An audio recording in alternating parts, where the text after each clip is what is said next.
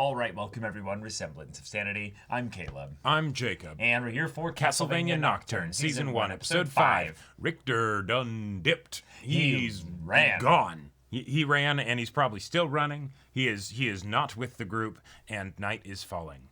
Night is falling. Oh boy. He is not among them. He is headed elsewhere. But, you know, I feel like he might be safer than the rest of them because you are real close to enemy. You are still in enemy territory. You live in this town. You made contact with the Abbott. Yeah. He saw your face, and obviously he protected you because clearly that might be his daughter, Maria. But that's only going to go so far. That's only going to go so far. So, especially given the alliance with the Abbott is tenuous at best because it's, interacting primarily with, like, Drolta and stuff.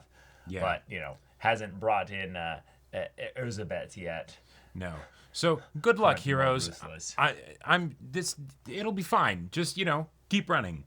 Get out. Run, survive. get out, yep. Everything else, reset for that tomorrow. comes later. Yep. Yeah. Try to make it to the sunlight again.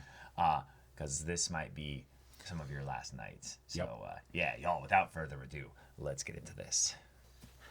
Yep. Following Richter? Yep. Yeah, okay. Richter is running. Yep.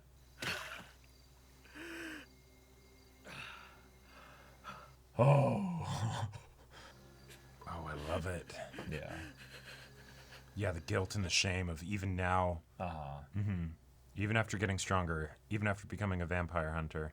Yeah. You saw him once. And you ran. Oh. That's great. Nobody's here. You don't have to perform. Nope. It's willow bark to help with the pain. Okay. I smell it so often now, all I associate it with is... Ouch! Well, hold still. I'm not a nurse. Those are also real bad cuts. It's deeper than I thought. I've only tried this a couple of times before. Oh, that's cool. Very cool. That's awesome. And it's only worked once. I can only do it on flesh wounds. I've been trying to teach myself bones, but it's... You're brilliant. Whoa, that was cool. Nice. That was so cool. Basically used the blood in that there for like to some focus. sympathetic magic, His wife is saying she intends to keep the head. I shudder to imagine what she's planning to do with it. I'm sorry. I have no Tell her it's no a feelings shame. for vampires. He was a loyal servant, and he has exquisite taste for soft furnishings. I'll tell her I'll find the Belmont boy and bring back his head. That's true. They did leave them with the casualty. Are you crying? No. It's just I always liked that I could see it from here. Why? When I first came to Mushkul 17 years ago, I had nothing. But I've never forgotten how much compassion they showed me at the Abbey. It felt like a safe place. A holy place. Richter! Huh? Nope. What are you doing? Tell me you're not going back to the Abbey. I don't need you to come with me. But it's nighttime. Just wait till morning. Wait 6 hours. Now's not the time. You're upset. I'm not upset. I'm furious. I am too. That was good. To devise a new plan for the sun to rise. Yeah, for thank you. Richter. I don't have time to wait for Richter. How can I enjoy even one night of peace while he's not free? But if you go now, it's suicide. Richter's coming back. We'll find out what we can about Drolta and the night creatures. We need to understand our enemy to defeat them and Yep. save Edouard. We're lucky that we got out last time. I'll only move if you tell me you're not going back to the Abbey tonight. Fine. Or the chateau. Or the chateau. I won't go inside. Annette! You're right. We'll need to understand our enemies to defeat them. Be sure to keep out of sight.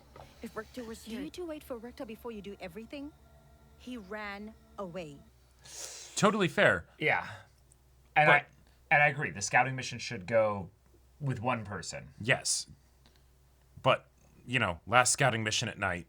When I was a girl, I was taught to be frightened of people on our plantation with this mark on their body. But after I escaped myself, I saw them differently. This mark, they're the people who know intimately how much freedom can cost. Yeah, that's good. But don't pay a price unnecessarily. If I'd let my past terrify me, I'd never be free of it. Damn. Okay. But that's good stuff for Richter to have to deal with because, like, yeah. There's a difference between courage and recklessness. Oh my God, no way. Are they here? Oh, okay, no. We're already like. Yeah, she's already traveled a decent bit. Yeah.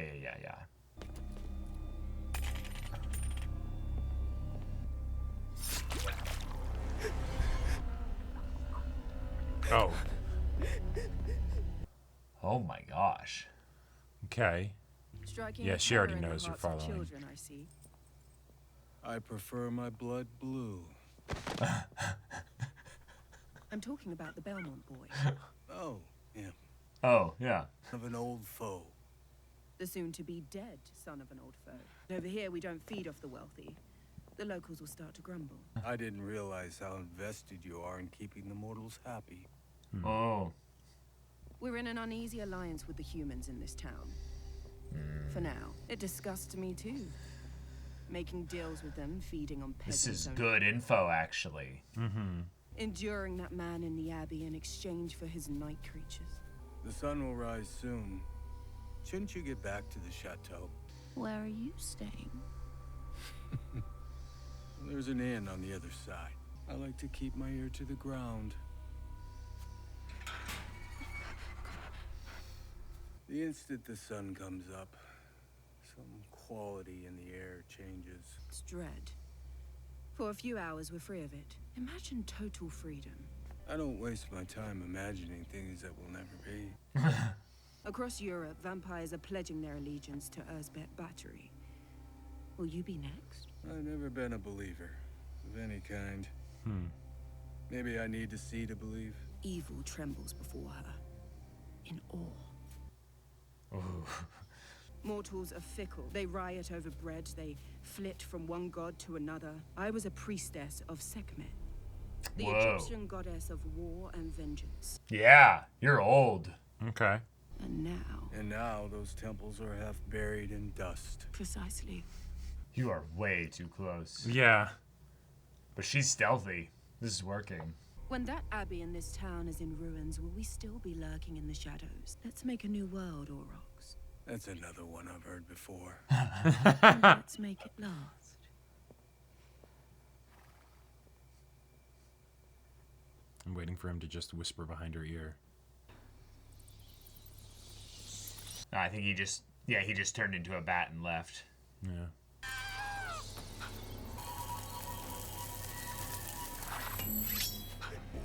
Oh, someone else. Run! Okay, yeah, this one. Yeah. We're with that mulatto boy. Last time I saw you, you were a flying rat. Oh, yeah. Oh, Crap. shit. Okay. It took me hours after you were born. Tiny, squalling thing. The way his eyes are like separated almost. I should have snapped it then. Whoa! Okay. Whoa! All right. That was good. Yeah, dodge Bad this. idea. Oh, nice. Made a cross! Okay. I haven't forgotten the way you cower before the Christian God. Oh! Oh, shit. Oh! Oh! All right. That smell? Burning flesh. You should know it well. Okay. The sound your mother made when she died. I know what your nightmares are made of. I'm not the one in the cage. Oh! I love it. You're the one with the brand on your forehead. This is a symbol of loyalty to my mistress. Then talk to me. Yeah. If you want to live. Born in chains to a woman in chains. You, your Yeah. people, my property. She'll restore the world to its natural order. Immortals, kings, humans, peasants, slaves. How can she do that? She's just a vampire. Oh, nice. Her shadow is Yeah. keeping him alive. She drank the blood of Sekhmet, The Egyptian goddess. daughter of Ra, a lioness.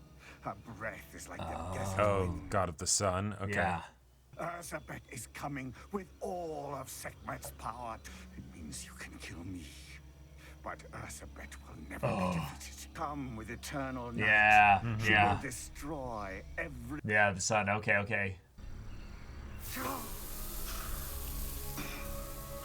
Get on your knees in front of her, basically. That's the only thing that's gonna save The you. sun is rising. Oh no, Shadow's gone. Devouring the darkness. Ah!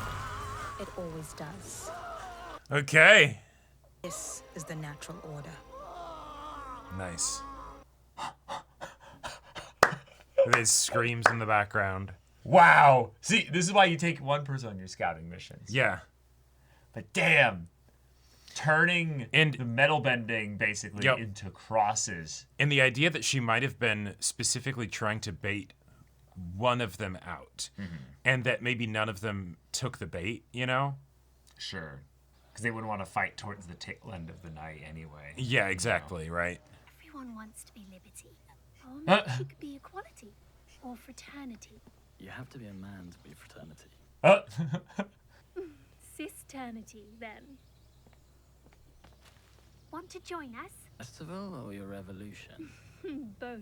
We'll need someone to fight for us. And you look as if you have some fight in you. Oh. He's not ready to flirt today. Nah. Maybe I'm tired of fighting.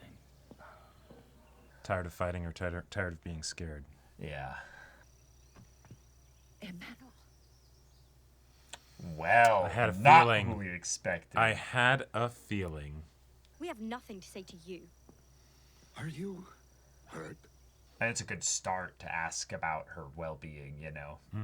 What I saw and what I know about you. Yeah. You told me once that God had called your name. Oh, yeah. Yeah. I used to believe that, yes. And now?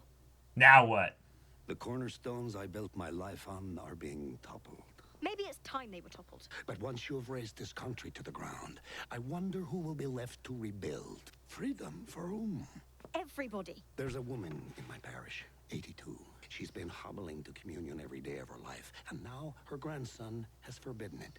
Do you think when she wakes in the night, she'll cry reason? It's just one woman. Over 200 priests were massacred in Verdun. There is talk of melting down church bells to make cannonballs. They will drench us all in blood. Not if your night creatures do it first. I'm building an army. With vampires. I'm making the alliances I have to for now. The man I used to know would stare at himself now in disgust. Yeah. I've never been sinless, Tara. There's a long way between sinless Yes. and harboring fucking night. Good! Yeah. She keeps speaking facts. Yes. I'm down to the choice of just one man. Constantine, Charlemagne, me. The ego. Yeah. Delusions of Your grandeur. God is as powerful as you say. He doesn't need you to fight for him. Oh, You're not doing this for the sake of the church. You're doing this for the sake of your own vanity. She's so good. I've often thought about Judas, traitor. Oh, yeah. But what would have happened if he hadn't done what he did? Okay. World saved because of one man's betrayal. I wish I never met you. If you hadn't met me, we wouldn't have Maria. Yeah. You said my father was dead. To protect you. He might as well be now. Yeah. Why do you think she let him into the house? Yeah. I will keep her safe. How many people will you kill to make sure she's safe? How much for... More than you've got, it looks like. I could pay you back in vampire hunting. But the man over there says put it on his tab. Oh. Okay. Oh, that looks good. Thanks for dinner. Well, you know what they say about a free dinner? Go back to where you came from and don't expect another one. I recognize the voice.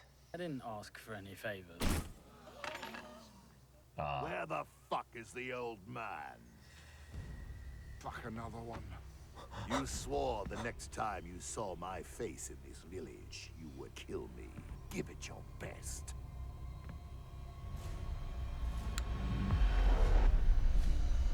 Oh. Oh. Wait, what? He took his whip. Wait. And he knows how to use it. Is he a Belmont? Oh my God.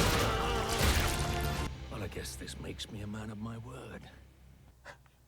If you can pay for your meals in carpentry. Yeah! All right. Yeah! And back to the singing and dancing. All right. You should have taken better care of it. I forgot how heavy that thing is. Oh, it's Too heavy. No. It's our Onion Knight from Game of Thrones. That's who he is. Oh, looks like there might have been a reward for that guy. Aren't you supposed to be clever? That's what Julia always said. Who are you? I'm Just. Wait. Just who? Your grandfather. Oh my God. Wait, so Julia's father? Okay.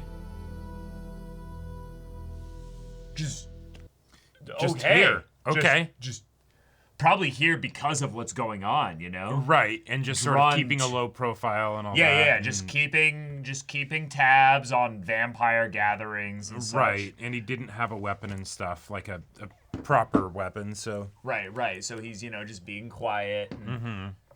Wow, okay. Yeah.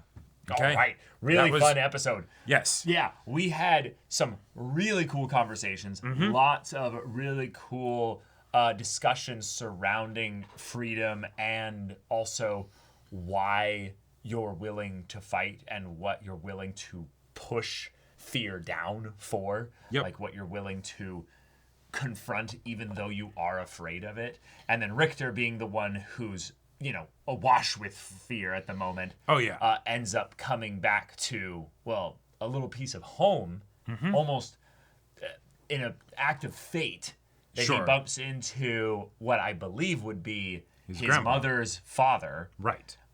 Because of the way he casually mentioned Julia.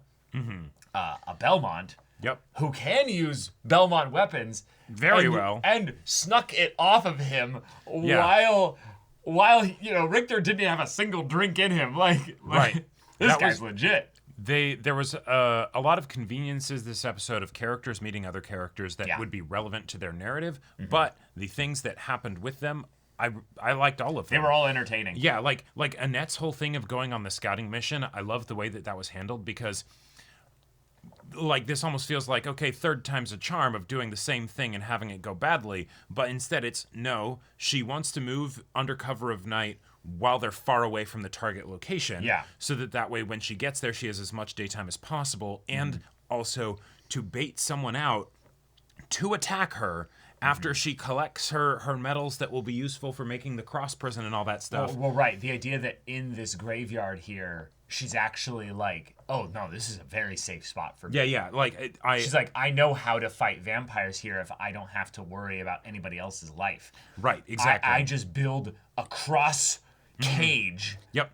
And that vampire is done. And it's over. With how egotistical vampires are and things like that, if it's at night, one might try and pick a fight with you themselves because they're like, well, I'm a vampire, home turf, I win.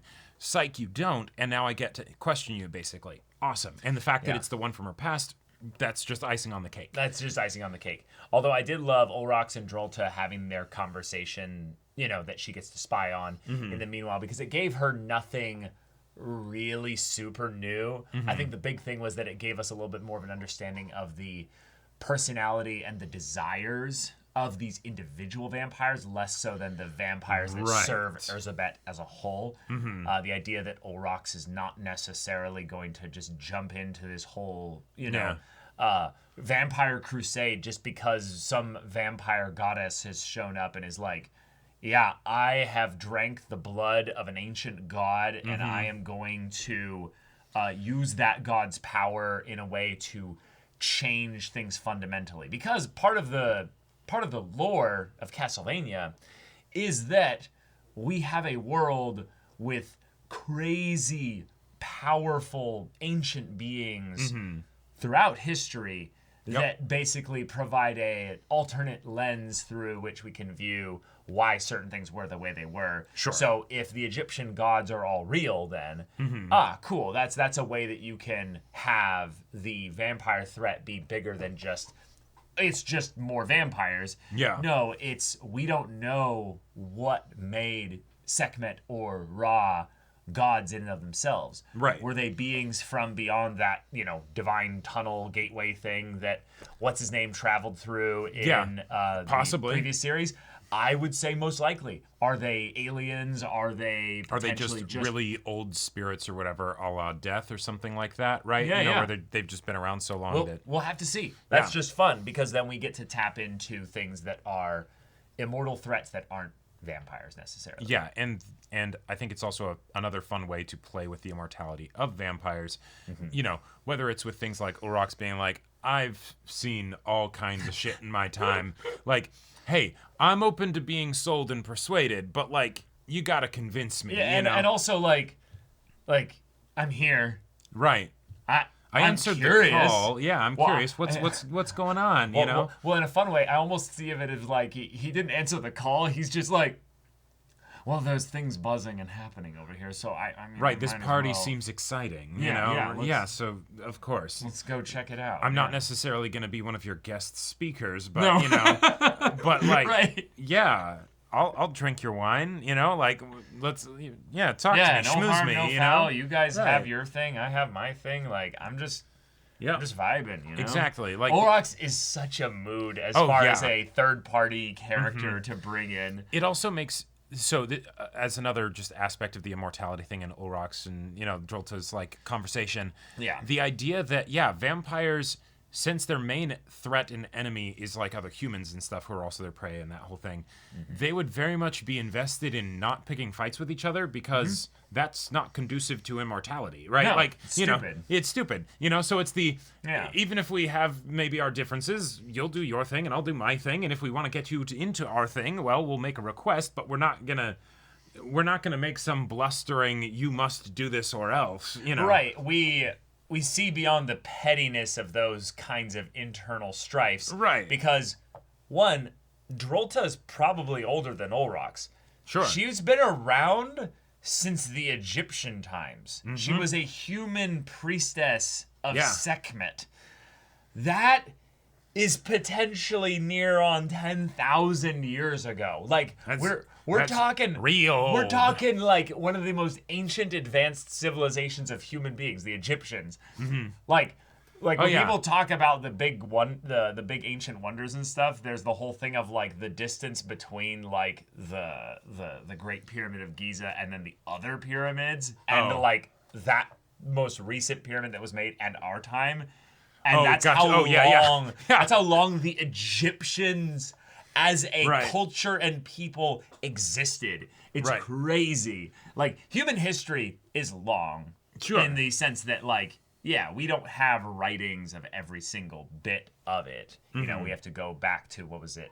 The Minoans, I believe, that created writing.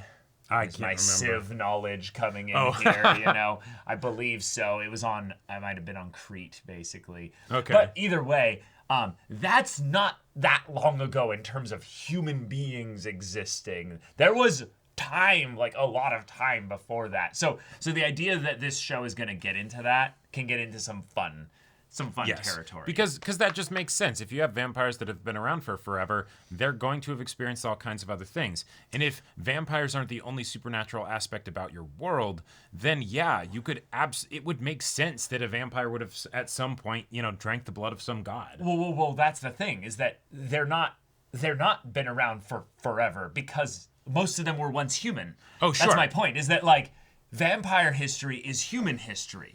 Yes. Vampires are just humans that were predated upon by most vampires. So it's the thing of when the first vampire came about, you probably had already had humans for a while. Yeah. Because you probably had some kind of super being that came in from another environment. Well, or you could get into the Vampire the Masquerade type thing where Cain was the first vampire or something like that. Sure, you could get all kinds of stuff there. But the idea then that, these vampires are beings that, predate upon humans and stuff.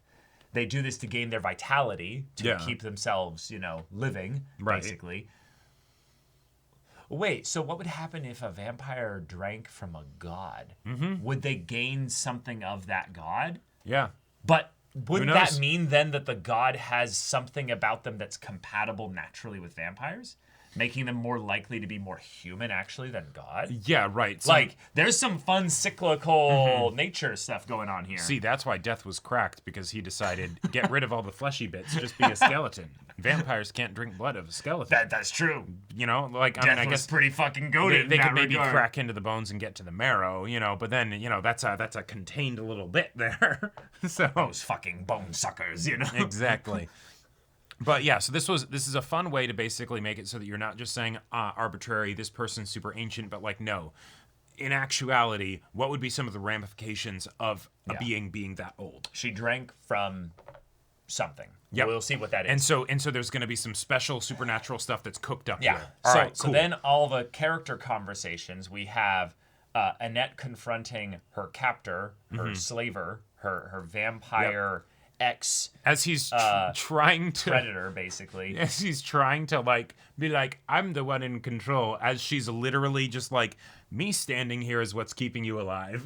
I kind of loved that. That's how pathetic he was, because what he was basically appealing to was that there's this really fucked up thing that abusers will do, basically, where they'll try to twist the abuse into something that was actually a familiarity. It was something that was safe because you knew it, you understood it, it was consistent. So it's almost like he's saying, I know about your dark places. I know about your fears. I know about your innermost self. And what it's saying is I'm the only one that truly knows you. It's an isolation tactic. And he's saying this because this is the only thing he knows in order to stop her from just stepping to the left. Right. Yeah. But it's the thing of that he doesn't have anything he can shift into, because this is all he knows. So then she just laughs at him and goes, this is rich coming from the one in the cage right now. You're pathetic. Do you not realize how much all that made me value freedom to the point that I would and never be afraid like this again, because I've now actually tasted freedom. And then to take the whole, this is the natural order of things line and use it against them like that. That was a great way to just put the end cap on the conversation. Yeah. That was very fun. Yeah. Then we have the Abbott, and that I like that. I really like that development of having him be the one to show up. Because it makes sense. With everything that just happened, the reveal that he had of, oh my God, my daughter, is in this war on a different side than what I'm at, and, all that stuff, and, almost died. Totally. And so we have something where the characters are then following up on a big reveal that wasn't revealed to all of the characters, right? It was pretty obvious. Yeah, it was pretty obvious, but Maria didn't know, and so the Abbott goes there because he's like, oh my God, what's the situation? Trying to basically keep control of things, and of course it doesn't go well for him, right? Right. He's trying to take ownership of the town as a whole, because this is partly his. If there's villainous virtues, in this regard, then there's sins of the saints, There's basically the idea that from his perspective, he's, on the whole, I've been a saint, he's a demon. He is absolutely dancing on hellfire. Oh yeah, dark fire. Yeah. But his virtue basically is that he's trying to help. He values specific people. Human life. Yeah, exactly. And that's where I love that the arguments that he was putting forward, there was some meat to them, but it was so easy for Maria to just be like, have you looked in the mirror? Oh, and so all the night creatures, right? Like that's like literally just explain to us, you know. I love the 1-2 combo that the mom and daughter had here, because from Maria's perspective, she looks at this from the most black and white kind of situation here, which is basically that, oh, you are believing that you're doing the right thing. So then why are you, actively supplying armies to the enemies of humanity? Right. Right. She's looking at it like, hey, I can laugh at or basically destroy your entire situation by just looking at the most basic side of things. And any he's like, 5-year-old could tear this apart. Right. And he's like, no, you're bringing 5-year-old logic into this. Right. You need to look at the nuance. And then that's where the mom, Tara, comes in and goes, wait a minute. So you're telling me that your God is so weak and so necessary of protection that he needs you to go and defile his place of worship and make a mockery of everything that he is, because it's going to be as impactful as the people that changed the world.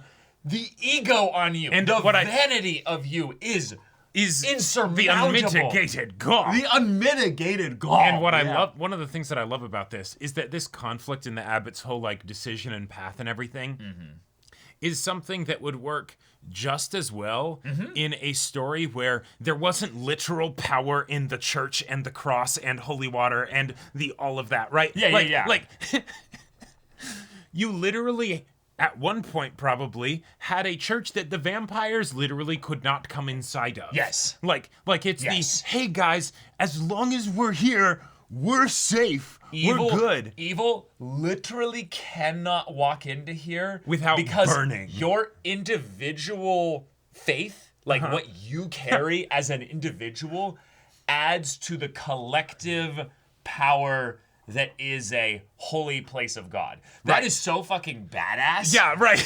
But the idea that with all of that, your leader basically is and I get it. The thing that he's saying is the thing that he's worried about is not actually the vampires. It's about the other people. Right. I get that. No, I get that. But now it is so ironic. It's summoning Cthulhu to stop a dragon. You're like, hang on now. Just move your church somewhere else, or I don't like. Or here's the other part. Learn from the vampires. Sure. What? Stop for a second. You believe, Mr. Abbott, that you're in this momentous point in history. Okay. Where if you don't do something, you specifically, in this case here, you're gonna lose everything. There is something to be said. For people who take an active stance in the movings and goings of society at large. Will end up having to make some compromises in order to be effective in change. And that is a thing, that is an argument that a lot of people will go against, because they'll be like, aha, you want change, but the methods you're using are slightly wrong in this area over here. And it's like, I don't have a better way to do this, and the cause is good enough. Don't use your theoretical idealism to ignore the practical world that you live in. Right. And he does live in a very scary time. I get that. Yeah. But you're like, even if you truly believed that the vampires weren't killing extra people or whatever to feed your night creature thing, right? It's just I'm just recycling the people that they're already killing, and I'm just like, hey, can you bring them here? And my night creatures aren't killing anybody. No, because again, he doesn't even need to rationalize that. He's let it all the way go down to where he was like, sometimes I ponder Judas. I loved him letting the whole thing slip for a second and be like, sometimes I compare myself to the one that, killed Christ. killed Christ the Savior. Yeah. Okay, let's run with that for a second. Yeah. Judas, which you can go down the route that Judas was basically a pawn of greater forces, in that what he did didn't really matter in one instance, because it's that, no, Jesus was going to die no matter what Judas does. Judas was basically just the symbolic act of even the greatest among you will fall. Even the ones that followed to the point there will end up having the slightest little thing that could tempt them, and then they give up their connection to divinity just for a little bit of coin. Like there's a lesson to be learned. There's definitely there. some poetry. There's some poetry there, right? Oh yeah. But also you could go into the if you go that Jesus was like, I need to die so that I can then be, reborn and all that, then it didn't, again, it cycles back to it doesn't matter. Well, and I think that's what he's trying to get at, right? Which, he's trying to get at it that the betrayal itself doesn't matter as a moral... that it wasn't really a betrayal or whatever, it was all necessary and all that stuff, right? And, hey, if you want to use that logic, the logic that you're using is sound, you just have faulty assumptions, right? And that's where... God is directly needing to use you as some symbolic necessary... Right. That's why you want to ignore the 5-year-old that looks at it and tears it apart, because you're like, no. But if you come into the thing and accept the incorrect assumptions that I have, then you'll see that if you see my the logic charts, is okay. If you see the charts and the things I've read about the Antarctic Circle, you'd know that the Earth is flat. You wouldn't need to doubt, man. You'd see it. It's and right it's there. Just it's so wonderful to hear a character say something that's like have you ever stopped to think about how much of a red flag that is? Even if you're trying to be edgy and all that stuff, and be like, no, I've actually tapped into something special. This guy is not any of our black leather wearing or our Richter Belmont, spouting, I wish I was tired of fighting. Or I thought I was done with fighting. No. I don't know. I don't believe he's mumbling to himself while looking in the mirror being like, God, I do this all for you. I think he might be. No, I think honestly, his most self-reflective, that's actually more just him holding on to his pearls, if you will, is that he genuinely goes to his altar and he prays for his type of salvation. Right. He's an Ouroboros, except it's a head up the ass, and it just keeps going. And he's like, wait, I'm finding new things, Right. Yeah. It was really fun to see him try to use a very complete non sequitur story of this 86-year-old woman. Yeah, it's like, how does that... what does that have to do with church anything? Is important to her. That's awesome. Great. Yeah. Cool. Keep being the church then. Right. You're literally stopping being the thing. I think you abandoned that. Yeah. A while ago. Right. They're thinking of melting down church bells to make cannonballs. Okay. Cool. I didn't know God was in the bell. That's concerning for the country at large. Yeah. The idea of 200 priests were, executed at this place. Okay, yeah, no, I understand your concern. Mass murder. Yeah, we can understand that's not necessary. But there is something to be said. There is something to be said that sometimes broken systems are propped up by people saying, "But if I have to change, then what will I have to hold on to if not? We my won't have broken anything system?" left. Yeah, and it's the most. And it's the Sometimes most you got to start from ground zero. Well, it's the most narrow-minded thing to think about, or the most narrow-minded way to look at things, that if things change, then I won't have my easy comforts or what have you. And it's like, yes, life is change. Yeah, I might be executed because I'm a priest. Well, I guess you'll just need to trust in God. Or also, in a lot of ways, this is probably where a lot of the priests of the time, because I don't know if they were executing priests during the French Revolution. Yeah, that seemed like a specific thing, so it might be a historical event, but... But you could very much, if you're willing to do what's necessary to survive the times, because you clearly were willing to join the forces of evil just right. for this, then you could also, I don't know, lie and support the revolution and just as easily come to the same logic of like, guys, oh no, yeah, we're doing this so that they don't exactly murder us. Him going in private and talking to them was his opportunity to be like, hey guys, here's the way I'm double crossing them. Yeah. So, I know this seems real bad. I'm having them funnel me bodies. I turn them into night creatures, and that is and here is how I am using them. Yeah. But he doesn't trust them. But he doesn't trust them. He doesn't trust them, and also his main reason for coming here, and this is why I think his character is rather fun and nuanced, is that he actually was there just to see if Maria was okay.